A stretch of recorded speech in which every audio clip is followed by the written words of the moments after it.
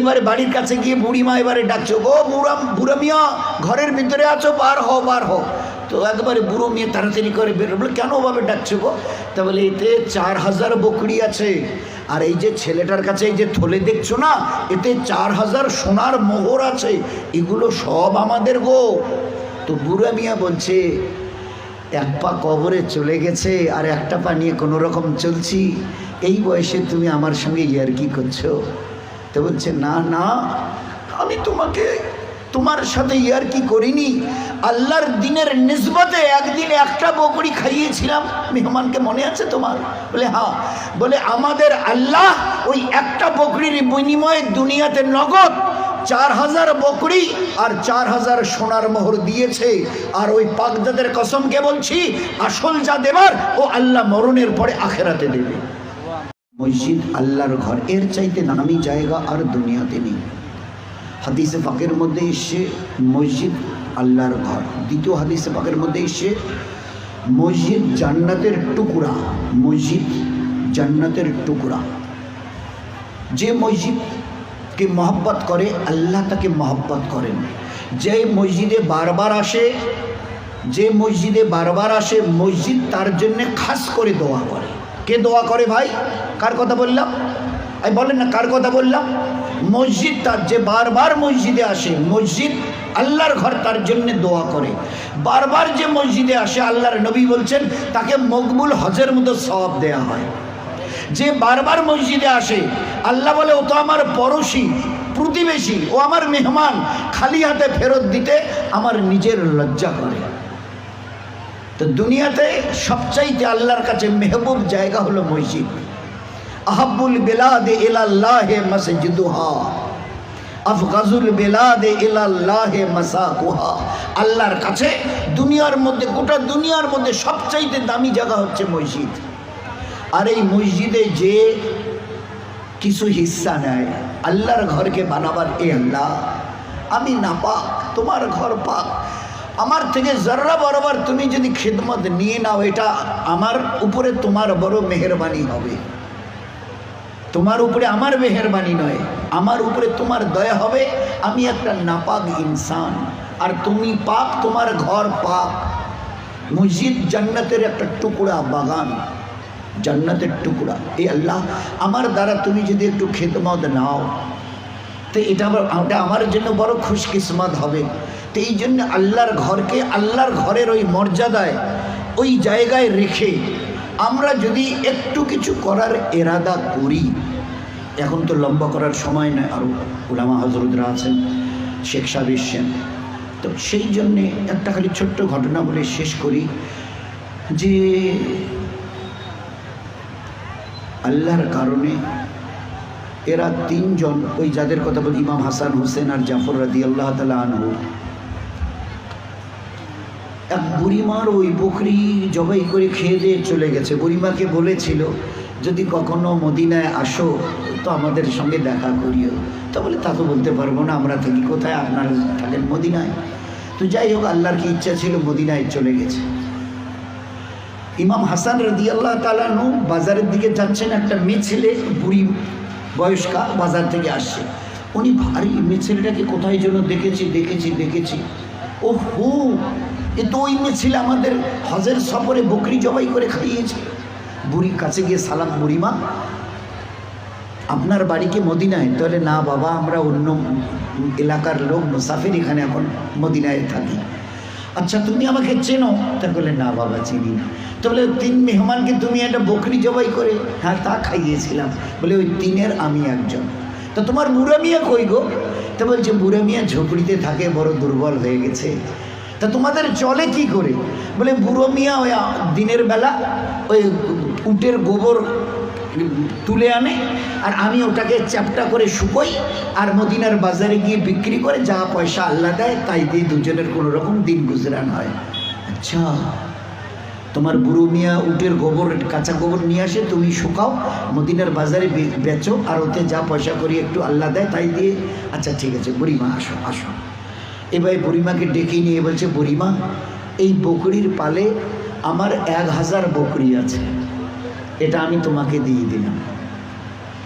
তা বুড়িমা বলছে, বাবা আমরা গরিব বলেই তুমি মজা করছো। বলে, না না বুড়িমা, তুমি কত এহসান করেছিলে, তোমাদের জীবন ধরনের একটা বকরিও আমাদেরকে জবাই করে আমাদের খাইয়েছিলে, দিনকে সামনে রেখে, দিনকে সামনে রেখে। তো এখানে আমার 1000 বকরি, এটা তোমাকে দিলাম, আর একটু দাঁড়াও। ঘরের ভিতরে দৌড়ে গেল ইমাম হাসান রাদিয়াল্লাহু আনহু, 1000 সোনার মোহর, সোনার মোহর 1000 এনে হাতে দিয়ে বলল, বুড়িমা এতে 1000 সোনার মোহর আছে এই থলেতে, এটাও তোমার। এইবারে দিয়ে একটু বাড়ির কাছে গিয়ে বলছে, ভাই হোসাইন ঘরে আছো? বলছে, হ্যাঁ ভাই আছি। বলে, বেরিয়ে আসো। বুড়িমাকে চেনো? বলে, না। বলে, ওই যে আমাদের হজের সফরে বকরি। বলে, আচ্ছা তা ভাই তুমি কি করেছো? ভাই হাসান তুমি কি করেছো? তা বলে, আমি 1000 বকরি আর 1000 সোনার মোহর দিয়েছি। ইমাম হোসেন রাদিয়াল্লাহু তাআলা আনহু বুড়িমাকে একটু ডেকে নিয়ে বলল, আমার এই বকরির পালে 1000 বকরি আছে, এটাও তোমাকে দিলাম, আর তুমি একটু থাকো। ঘরে গিয়ে ফের 1000 সোনার মোহর এনে বুড়িমাকে দিল। দুইজনে মিলে এবারে জাফর রাদিয়াল্লাহু তাআলা আনহুর বাড়ির সামনে গিয়ে দাঁড়ালো। তাকে ডেকে বললো, এই বুড়িমাকে চিনতে পারছো? তা বলে, না। বলে, আমাদের ওই বকরি জবাই করে। ওহো, এই বুড়িমা, তা তোমরা কি করেছো? বলে, আমরা 2 ভাই 2000 বকরি আর 2000 সোনার মোহর দিয়েছি। এবারে জাফর রাদিয়াল্লাহু তাআলা আনহু বুড়িমাকে ডেকে নিয়ে বলছে, বুড়িমা আমার এই বকরির পালে 2000 বকরি আছে, এটা তোমার। আর ঘরের ভিতরে গিয়ে এবারে ফের 2000 সোনার মোহর এনে এবারে বুড়িমাকে দিয়ে বলল, এটাও তোমার। তো বুড়িমা অতটা সোনার মোহর কী করে নেবে? 2000, 1000 আর 1000 কত হয় ভাই? 4000 সোনার মোহর। বলছে, আমি তো এতটা নিতে পারবো না গো, আমি কি করে নেব বলো, আমি বুড়ি মানুষ। তো ইমাম হাসান রাদিয়াল্লাহু তাআলা বলে, বুড়িমা দাঁড়াও। কয়েকটা ছেলেকে ডেকে বলল, এ বাবুরা শোনো, আমরা তোমাদের বেতন দেব, এই এই এই সোনার মোহরগুলো আর এই 4000 বকরি এখানে আছে, এগুলোকে হেঁকিয়ে নিয়ে এই বুড়িমা যেদিকে যায় তাদের বাড়ি পর্যন্ত পৌঁছে দিও, আমরা তোমাদের মজদুরি দেব। এবারে বাড়ির কাছে গিয়ে বুড়িমা এবারে ডাকছো, ও বুড়া মিয়া ঘরের ভিতরে আছো, বার হও বার হও। তো একবারে বুড়ো মেয়ে তাড়াতাড়ি করে বের। বলে, কেন ওভাবে ডাকছো গো? তা বলে, এতে 4000 বকরি আছে, আর এই যে ছেলেটার কাছে এই যে থলে দেখছো না, এতে 4000 সোনার মোহর আছে, এগুলো সব আমাদের গো। তো বুড়া মিয়া বলছে, এক পা কবরে চলে গেছে আর একটা পা নিয়ে কোনো রকম চলছি, এই বয়সে তুমি আমার সঙ্গে ইয়ার্কি করছো? তো বলছে, না না, আমি তোমার সাথে ইয়ার্কি করিনি, আল্লাহর দিনের নিসবতে একদিন একটা বকরি খাইয়েছিলাম মেহমানকে, মনে আছে তোমার? বলে, হ্যাঁ। বলে, আমাদের আল্লাহ ওই একটা বকরির বিনিময়ে দুনিয়াতে নগদ 4000 বকরি আর 4000 সোনার মোহর দিয়েছে। আর ওই পাকজাদের কসমকে বলছি, আসল যা দেবার ও আল্লাহ মরণের পরে আখেরাতে দেবে। তো আল্লাহ দেখিয়ে দিয়েছেন, আল্লাহর দিনের নিসবতে ওইভাবে কেউ যদি একটু দিনকে সামনে রেখে করে, ওর বদলা যখন আল্লাহ দিতে চাইবে দুনিয়ায়, আমরা গুমান করতে পারবো না যে এতটুক করেছি, তার বদলা পাহাড় পরিমাণ, তার বদলা পাহাড় পরিমাণ। তো সেই জন্যে ভাই, হায় হায়, দুটো জায়গায় দুটো জিনিস আল্লাহর নবীকে দিয়ে আল্লাহ দেখিয়ে দিয়েছে, একবার জানের আর একবার মালের। তো জানটা থাক মালের। আল্লাহর নবী সাল্লাল্লাহু আলাইহি সাল্লাম সাহাবাদের ভরা মজমায় বলছে, ও আমার সাহাবারা, ও চৌধুরী সাদির সিতাইয়ের আমার হাবিবের উম্মতেরা, ভালো করে শুনে নাও, আমার এই সাথী ওসমান, আল্লাহ রাসূল সাল্লাল্লাহু আলাইহি ওয়াসাল্লাম ভরা মজমায় বলছে, আমার এই সাথী ওসমান দিনের নিসবতে যেভাবে আজকের সে মাল লাগিয়েছে, দিনের নিসবতে যেভাবে মাল লাগিয়েছে, আমি নবী বলছি আজকের দিন থেকে নিয়ে তার মৃত্যু পর্যন্ত ওসমান গনি রাদিয়াল্লাহু আনহু যদি কোনো নেকামাল না করে, তারপরেও আল্লাহ তাকে নাজাত দিয়ে দেবেন। মাল আল্লাহর দিনের নিসবতে লাগাবার বিনিময় কি হয়, খালি খুব ঠান্ডা মাথায় চিন্তা করি, এটা মামুলি কথা নয়। আল্লাহ রাসূল সাল্লাল্লাহু আলাইহি ওয়াসাল্লাম এলান করছে, শোনো, দিনের নিসবতে ওসমান গনি যেভাবে মাল লাগিয়েছে, আজকের তারিখ থেকে নিয়ে তার মৃত্যুর দিন পর্যন্ত একটিও যদি নেকামাল না করে, আল্লাহ তাকে নাজাত দিয়ে দেবে। এই জন্যে ভাই, দিনের নিসবতে যদি মাল লাগাই তো কত বড় বদলা আল্লাহ পাক দেবেন, এটা আমরা গুমান করতে পারবো না। তো সেই জন্যে মহাসাব বলছিলেন যে আমরা একটা মসজিদ করতে চাচ্ছি, পিলার অনেক দূর পর্যন্ত হয়ে গেছে, বাকিটুকু করার জন্য আমরা সবাই একটু ফিকিরমন্দ হয়েছি। এই মসবাত তো দিনের নিসবতে ডাকা হয়েছে, ফের এটাকে একটু সামনে রেখে আমরা এত সাথী যদি কিছু কিছু যদি একটু হাত বাড়াই, তো আমাদের অল্প অল্প দেয়াটাকে কবুল করে নিয়ে আল্লাহ যদি কিছু করতে চান, আল্লাহর জন্য কোনো মুশকিল নেই।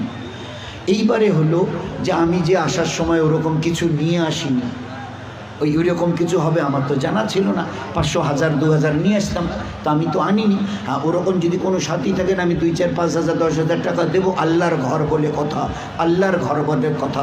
হাদিসে পাকের মধ্যে আল্লাহর নবী সাল্লাল্লাহু আলাইহি ওয়াসাল্লাম বলতেন যে আল্লাহর ঘরকে যে দুনিয়ায় বানাবে, আল্লাহের বিনিময়ে তাকে জান্নাতে আল্লাহ ঘর দিয়ে দেবে। তো এই